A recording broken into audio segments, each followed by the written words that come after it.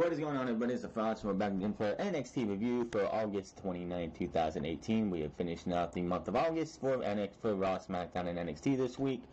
With NXT again putting on a stellar show, we started out the night with William Regal being asked with why he had cameras, why he had his lawyer, his legal team, and everything in his office.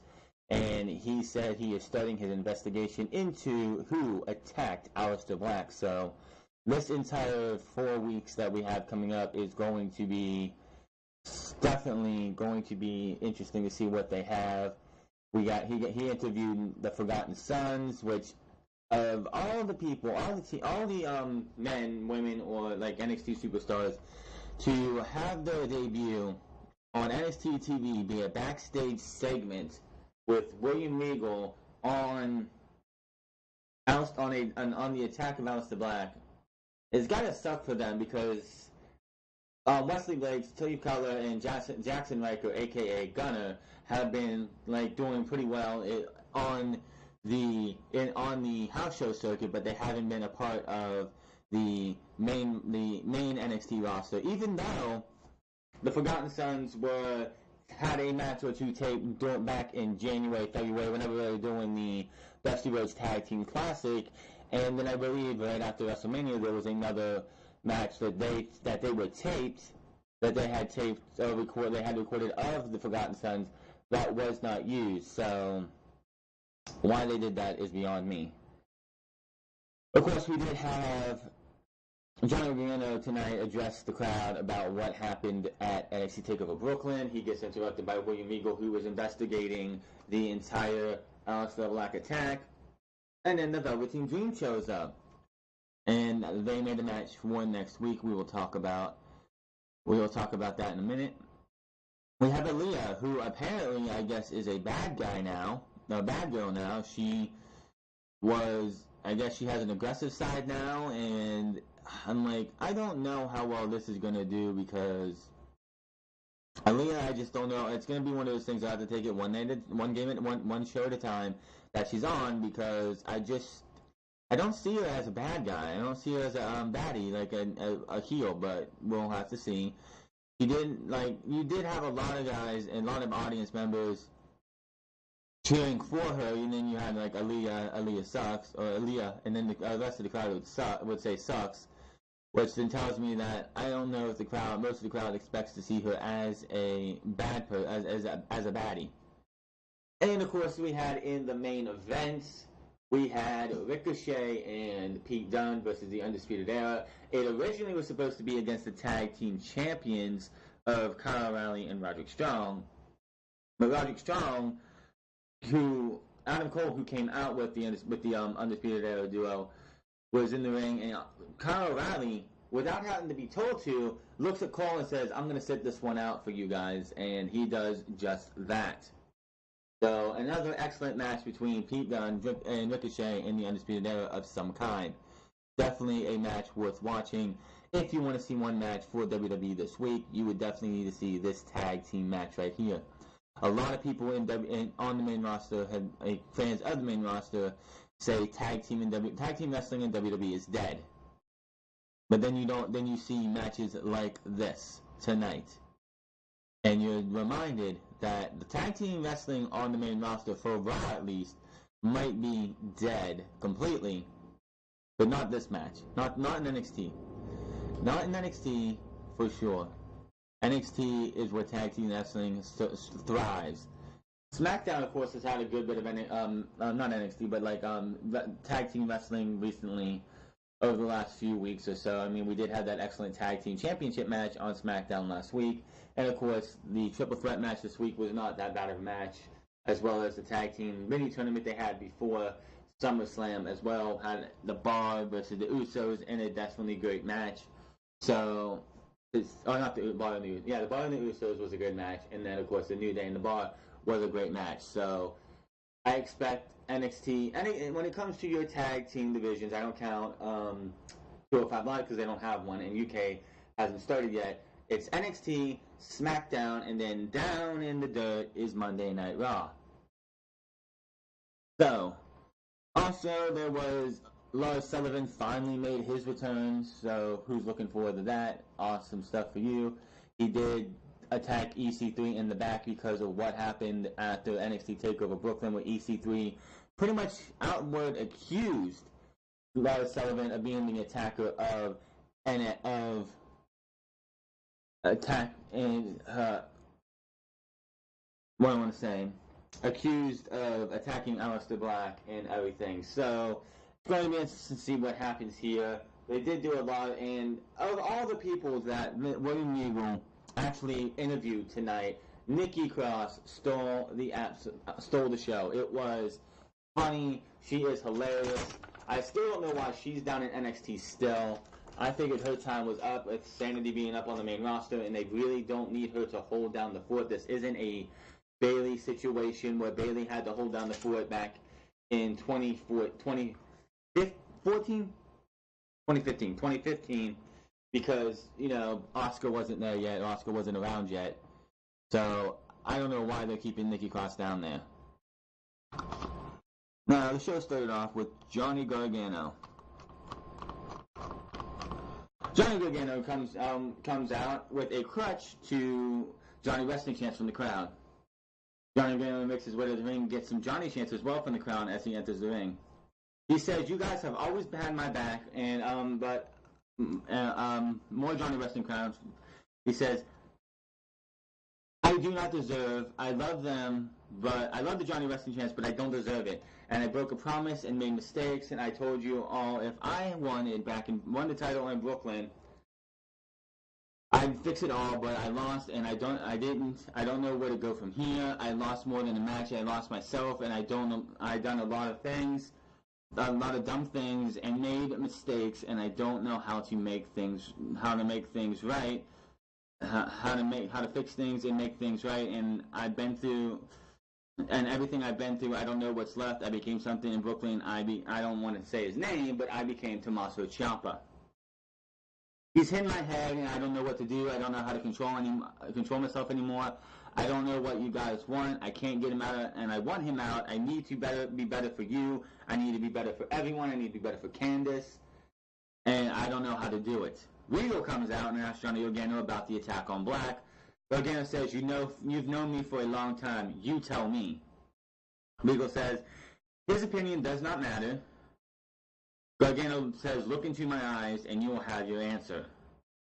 Then the Velveteen Dream comes out and says, "I am not in the mood tonight. I do not want to hear the same thing. This isn't about you or Black. What tonight should be about is the experience that stole Brooklyn, the experience that had the whole world buzzing.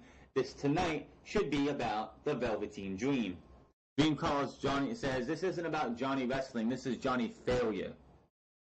Johnny again is like, "That's good. That's great. You love that, don't you?"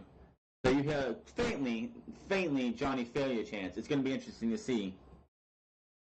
Gargano says, the doc says, "He gave me this crutch just to, help with the knee for the next few days, but I'm ready to go." Tosses the crutch at Velveteen Dream, who is standing on the apron. Regal then gets in between those two and says, "Next week we will settle this between you two." Says, "Johnny, get to the back, and Dream, get to my office," because he's going to interview him soon. Then we see the Undisputed Era in the back. You see Fish, Strong, and O'Reilly sitting there talking strategy for the match tonight. Beside them, you see a not so happy not Michael Cole. My bad, I just insulted him.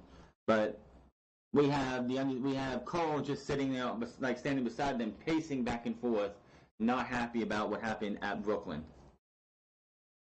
Then we get Dakota Kai versus Aaliyah. I don't know if I can buy not Dakota Kai, but Aaliyah as a bad guy. I just don't.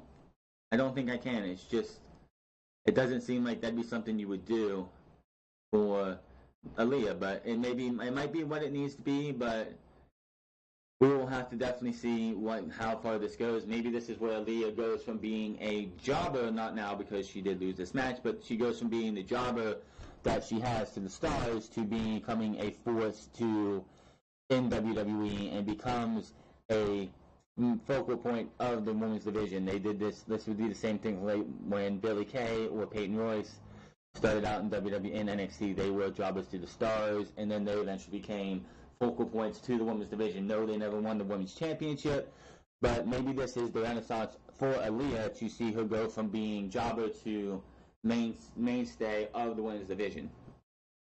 Dakota Kai wins with the flipping, with her running, flipping backcracker as a reverse backcracker that Nigel McGuinness calls it. It was a pretty decent match. Dakota Kai, like Aaliyah, Dakota Kai, if you want to make somebody a heel, Dakota Kai is by far one of the best to actually do it against, because she does play a quintessential underdog babyface. She is, without trying to sound like she is the renaissance of the Bayley that NXT used to have with Bayley.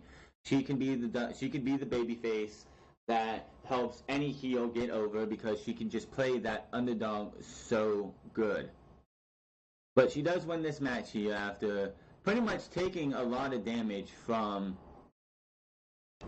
Aaliyah from the entire match. Aaliyah was in control for the majority of this match until the end. She did get the running haluva kick in, and then the face wash also on Aaliyah. But Aaliyah did have control for the majority of this match.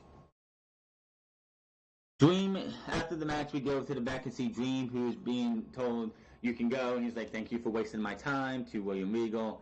When the Forgotten Sons come in, that would be Steve Cutler, Wesley Blake, I said Buddy Murphy on Twitter, I don't know why, but Wesley Blake and Jackson Riker, a.k.a. Gunner, who come in, and they've been trying to get a hold of Regal or get into Regal's presence, because they have been, they're getting tired of going onto the house show circuit but not being shown on NXT TV, and they want an opportunity. They do talk about how they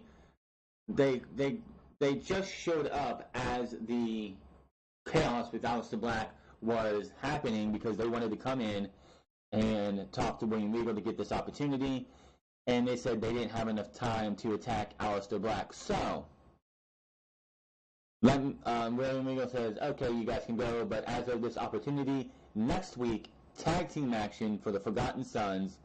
So next week we have the Forgotten Sons making their in-ring debut on the main card of NXT. Thank you, finally. And we have Johnny Gargano versus the Velveteen Dream. So next week is looking like it's going to be a damn good show as well. NXT never disappoints when it comes to NXT TV. They did have that down period back in 2015, 2016 or something, when most of the main stars came up, and then they were left with almost nothing, but I don't think they're going to be doing that anytime soon again. We flash to the hallway in the back, and we see EC3, who's supposed to take on Raul Mendoza, taken out and destroyed. He's laid out on the concrete, and Lars Sullivan is behind him walking away. We see Nikki Cross. This was just hilarious. I wish I could play it, but she's being asked about the attack because she was, I guess, on the roof. Again, if you go back to that video, you really can't tell that's anybody. But she's being asked about the attack, and she's just being completely delusionally crazy as always, which is a great Nikki Cross. Honestly, if she doesn't want to leave NXT, I don't blame her, because the Nikki Cross we see in NXT now, I honestly do not think that we would see in WWE with her craziness, the way she was just sitting here. She's like, I know who did it. I know who did it. He's trying to get this out of her, who it is. And then she's just sitting there being completely crazy. He's like, we got to answer the phone. We got to answer the phone. And it was just crazy. She's like, grabs the phone, starts talking. She's like, I know a secret. I know a secret. And she's like, just being, you gotta watch this entire promo segment if they ever put it on. If you don't have the network and they put it on YouTube, which they have not yet, this entire Nikki Cross promo. If you're having a bad day or you're having a bad week and you need something to make you laugh, you need to watch Nikki Cross in Regal's office as he's trying to get information about who attacked Aleister Black out of her. All of a sudden, Bianca Belair comes in, pissed as can be that she has to wait out here because Nikki Cross is here. And says, I want a championship match. I'm healthy. I deserve a championship match.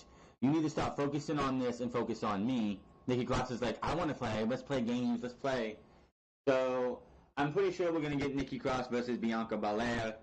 And that's going to be a hell of a match between those two.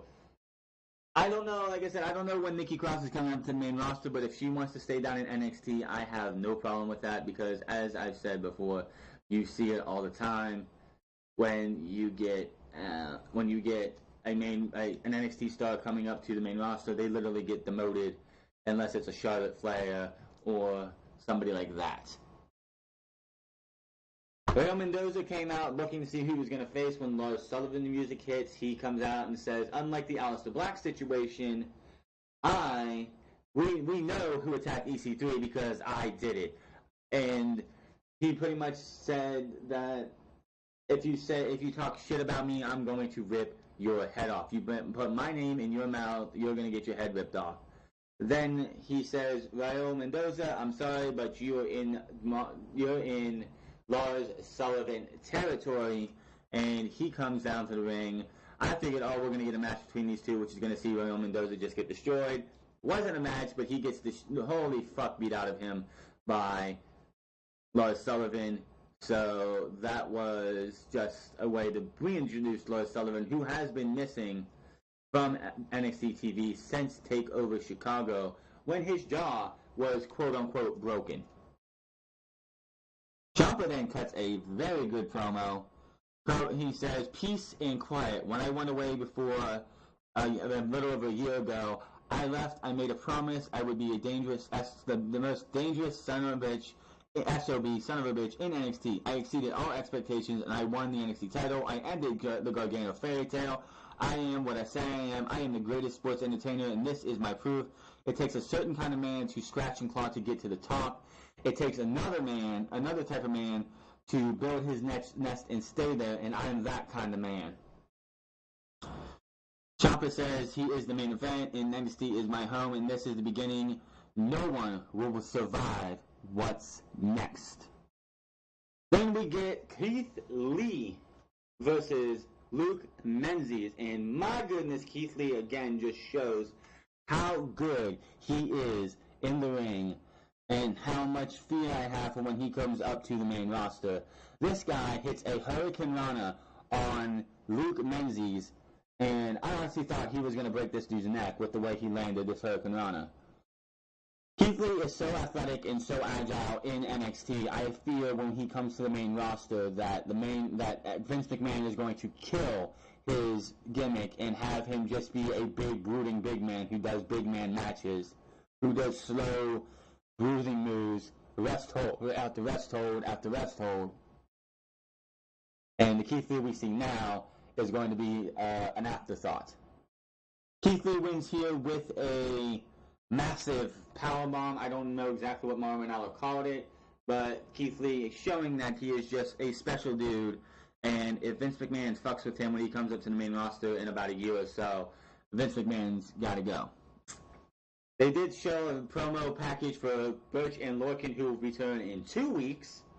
Kairi Sane will be live next week, as well as Gargano and Dream. Ricochet and Pete Dunne versus the Undisputed Era.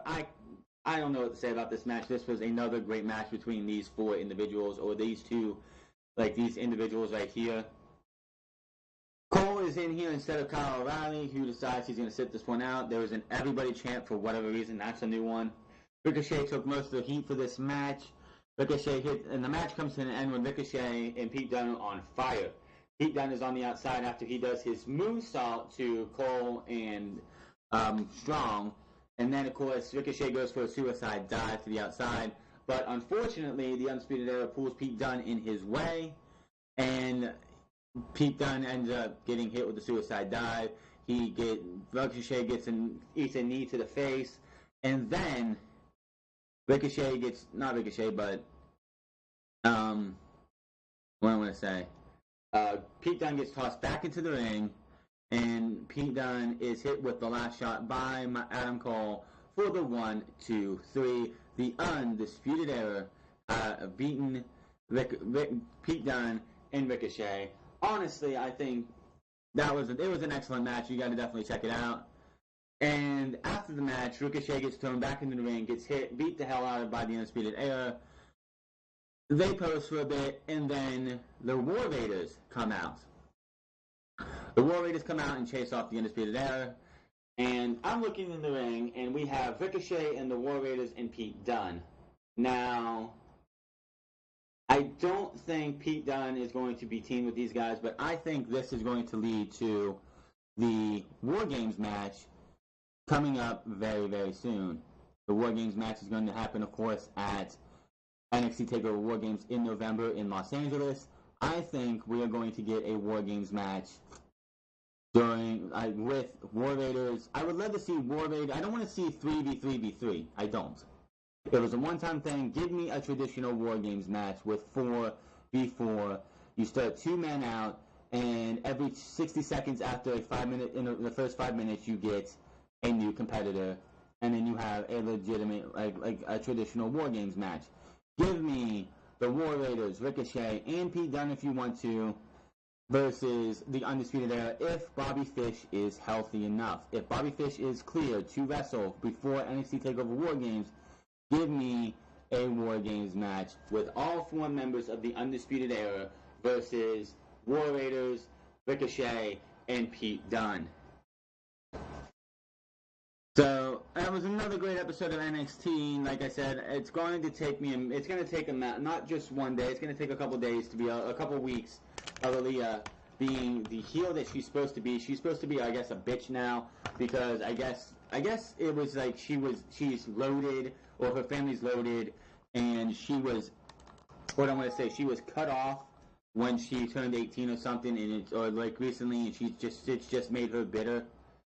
So it's going to be interesting to see what they do with our little woman Aaliyah. We'll see what happens there. NXT is just on all cylinders right now, kicking it all the way as we get closer and closer to War Games. We have these last few weeks to go here. Then we have another 2 months to go. We have at least another 2 sets of tapings before we get to the one and only War Games, and I cannot wait. Of course, we still have to get to Hell in a Cell in the main roster, as well as the Super Showdown and Evolution before we can even contemplate the road to War Games. So, slow start, but I think what we saw tonight at the end of this show is going to lead to most part, if not the build foundation for what will be War Games this time. Last year, it was a surprise that they were bringing back War Games because it wasn't really announced until the last set of tapings or so before NXT TakeOver War Games. This time, we already know it's going to be War Games. So, it's going to be interesting to see what they do for War Games this time around to make it special. Because last year, like I said, it was just out of the blue. We're going to have a War Games match, and nobody saw it coming. This time, we all know that War Games is going to happen, which kind of, I think, hurts it a little bit, but again, it shouldn't. We will have to wait and see. But that is your NXT review for this week, for August 29th, 2018. We will be here on Friday for All In preview and predictions, and Unscripted on Saturday. We will have a talk of why Kevin Owens quits on Monday Night Raw. What are the plans for him, as well as probably some news and rumors going into All In, if there's any.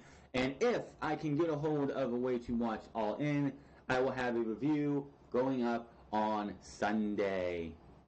So then, my name is The Franz. Make sure to hit that subscribe button, comment down below, like this video, dislike it if you want to. Follow me on twitch.tv/TheFranz08. Follow me on Twitter at TheFranz. And also, thank you to everybody who's watched my Raw and SmackDown preview review shows. I enjoy doing those. Thank you guys all for that. And of course, thank you again for the 20-some who checked out Unscripted last week. I will be back, of course, not tomorrow, but Friday for All In preview and predictions. Until then, I'm getting out of here.